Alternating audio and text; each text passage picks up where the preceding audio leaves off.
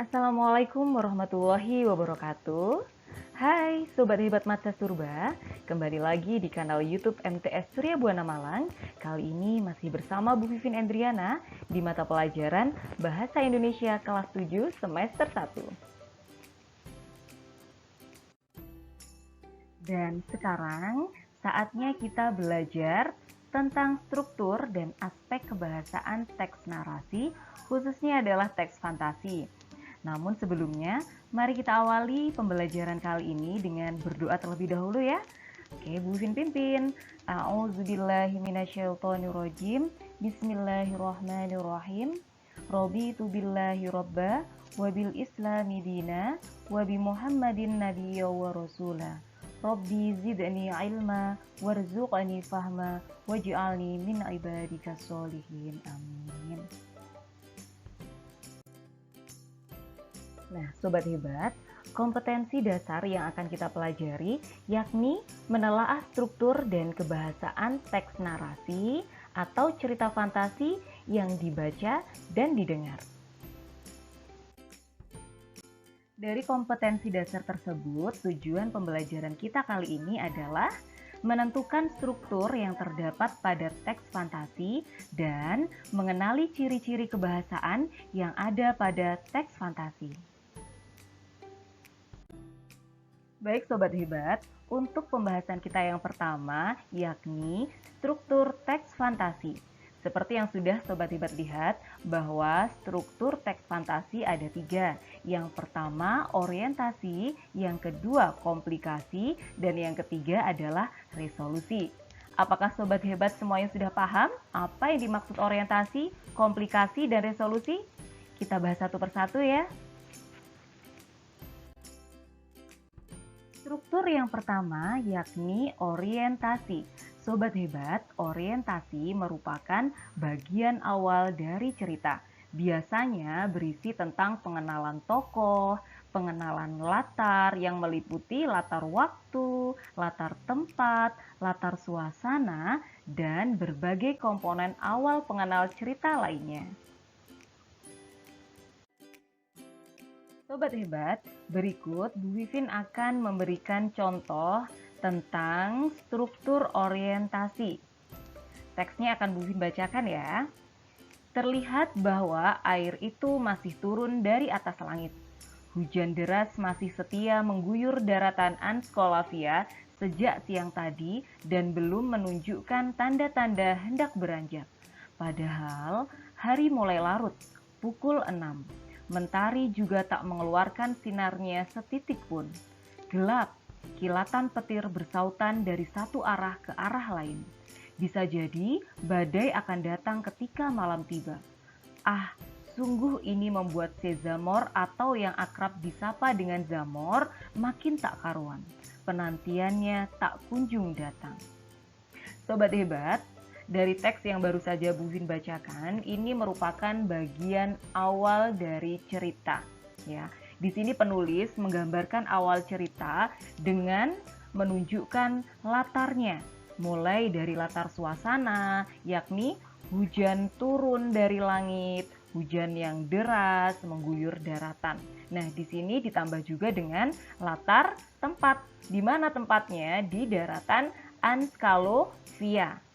Lalu latar waktunya bisa Sobat lihat sejak siang tadi, kemudian hari mulai larut, pukul 6. Ini merupakan pembuka cerita yang menggunakan latar ya. Ditambah juga dengan pengenalan tokoh di awal yakni ini sungguh ini membuat Sezamor atau yang akrab disapa dengan Zamor makin tak karuan. Nah, di sini penulis baru saja menunjukkan salah satu tokoh di dalam cerita ini yakni bernama Sezamor yang akrab disapa dengan Zamor. Struktur yang kedua yakni komplikasi. Di sini dijelaskan bahwa komplikasi memuat problem atau pokok persoalan yang ada di dalam cerita. Nah, Sobat Hebat, setelah tadi di bagian orientasi dikenalkan siapa tokohnya, kemudian latar awalnya bagaimana, maka akan masuk pada tahap komplikasi. Jadi, di sini tokoh mulai mengalami suatu persoalan atau masalah ya. Di situ nanti permasalahannya biasanya dimulai dari permasalahan yang ringan, kemudian sedang, lalu sampai pada permasalahan yang kompleks yang biasa disebut sebagai klimaks atau puncak permasalahan. Nah, di sini tokoh akan dihadapkan pada konflik ya, biasanya bisa berupa konflik batin maupun konflik dengan orang lain ya, yang di situ butuh penyelesaian. Berikut, Bu Vivin akan membacakan contoh dari struktur komplikasi yang ada di dalam teks berikut ya. Semakin gelisah, dia tak bisa mengontrol dirinya. Langkahnya mondar-mandir di ruang tamu, kesal. Ia menghentakkan kakinya dan membuang napas kasar. Ditengoknya keluar jendela sekali lagi. Namun, dia belum juga menemukan tanda-tanda akan wanita yang ditunggunya. Dengan cekatan, dia pergi ke gudang, lalu mengambil payung, membuka pintu, kemudian menutupnya.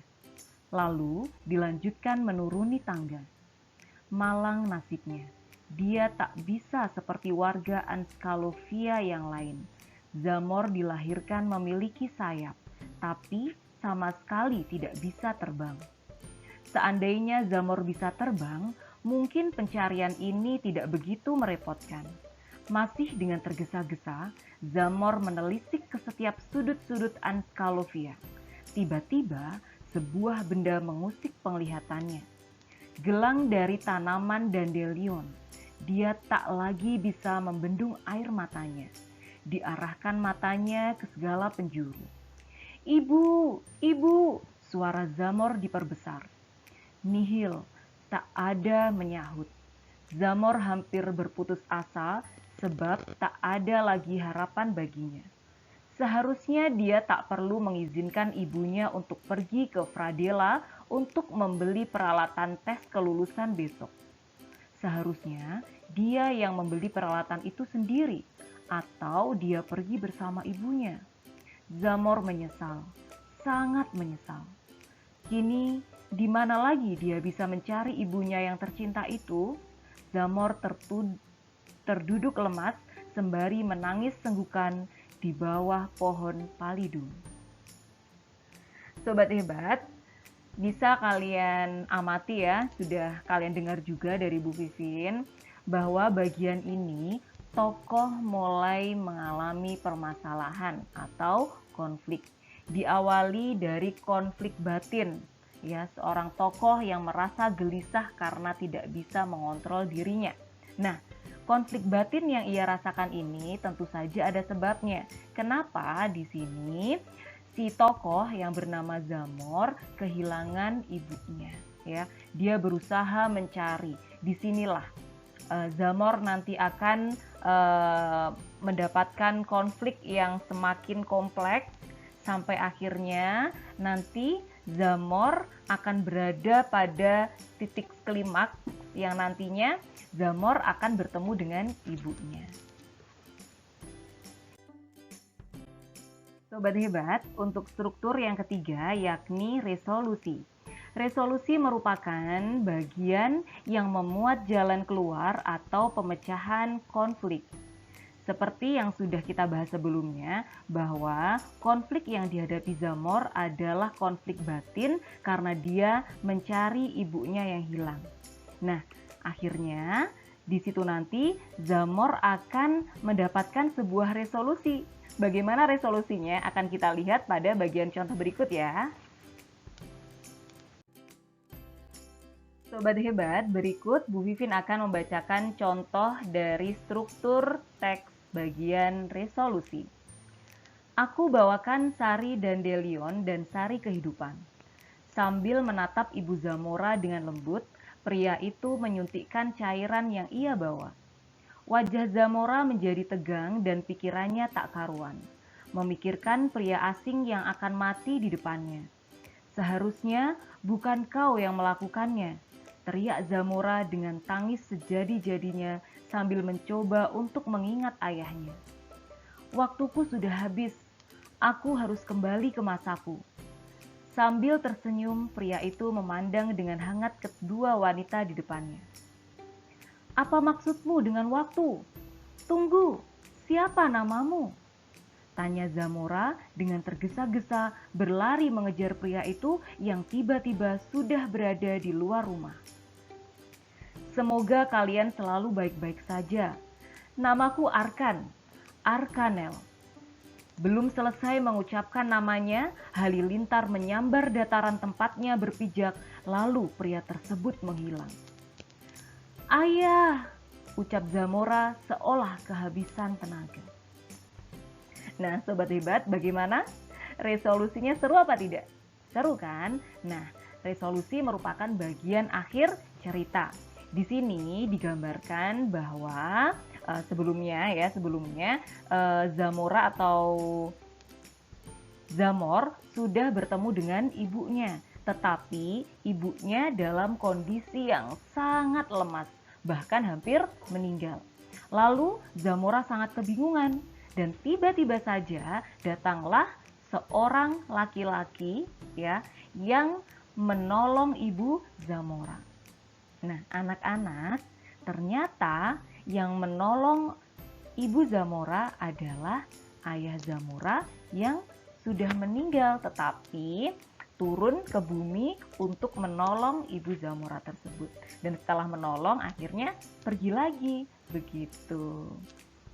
Seru kan? Semuanya sudah membaca ceritanya dari awal sampai akhir kan? Sebelumnya Bu Win juga sudah membagikan ceritanya. Nah, Sobat Hebat, pembahasan berikutnya yakni tentang aspek kebahasaan yang terdapat di dalam teks fantasi. Setelah kita membaca contoh teks tadi, sekarang kita akan mengenali aspek kebahasaan apa saja sih yang ada di dalam teks tersebut. Yang pertama yakni penggunaan kata ganti. Nah, ini biasanya kita gunakan untuk menggambarkan tokoh yang ada di dalam cerita tersebut. Nah, kata ganti meliputi apa saja? Yang pertama, ada kata ganti orang pertama tunggal, lalu orang pertama jamak, orang kedua tunggal, orang kedua jamak, orang ketiga tunggal, dan orang ketiga jamak. Nah, biasanya di dalam teks cerita fantasi yang digunakan adalah orang pertama tunggal dan orang ketiga tunggal, ya kan? Biasanya sudut pandangnya akhirnya menjadi sudut pandang orang pertama dan sudut pandang orang ketiga. Lalu penggunaan kalimat atau ungkapan langsung, di mana si tokoh mengucapkan kalimatnya secara langsung. Lalu penggunaan konjungsi atau kata hubung. Dan berikutnya adalah penggunaan kata kias atau kata bermajas. Di sini tujuannya adalah bahasa-bahasa yang digunakan di dalam teks cerita tersebut bisa lebih indah, bisa bermakna yang tidak biasanya, jadi perlu dipikirkan, oh ini maknanya apa, itu ditandai dengan penggunaan kata kias atau kata bermajas. Dan yang terakhir adalah penggunaan kata sifat untuk menggambarkan karakter tokoh. Nah, Sobat Hebat, sekarang kita akan berusaha menemukan ciri-ciri kebahasaan dari teks fantasi yang sebelumnya sudah kita bahas ya. Bisa Sobat Hebat lihat di sini kata-kata yang Bu Wivin beri tanda hitam ini merupakan contoh dari penggunaan kata ganti. Di sini ada kata dia dan ia. Lalu yang Bu Wivin beri tanda hijau ini merupakan contoh dari penggunaan konjungsi atau kata hubung. Dan selanjutnya yang terakhir adalah, mohon maaf yang ketiga ya, yang Bu Wivin beri tanda biru ini merupakan contoh penggunaan kata kias atau penggunaan kata-kata bermajas. Nah, menelisik ke setiap sudut-sudut ini merupakan bentuk kata yang disebut sebagai majas sinekdok part pro parte. Maksudnya adalah sebagian mewakili keseluruhan. Di sini maksudnya menelisik ke setiap sudut-sudut, tidak hanya sudut-sudut saja yang dilihat, tetapi keseluruhan ruangan. Tetapi disebutkannya menggunakan kata sudut-sudut. Jadi sebagian mewakili semuanya. Kemudian yang kedua, tak ada lagi harapan. Ini merupakan contoh dari penggunaan majas hiperbola.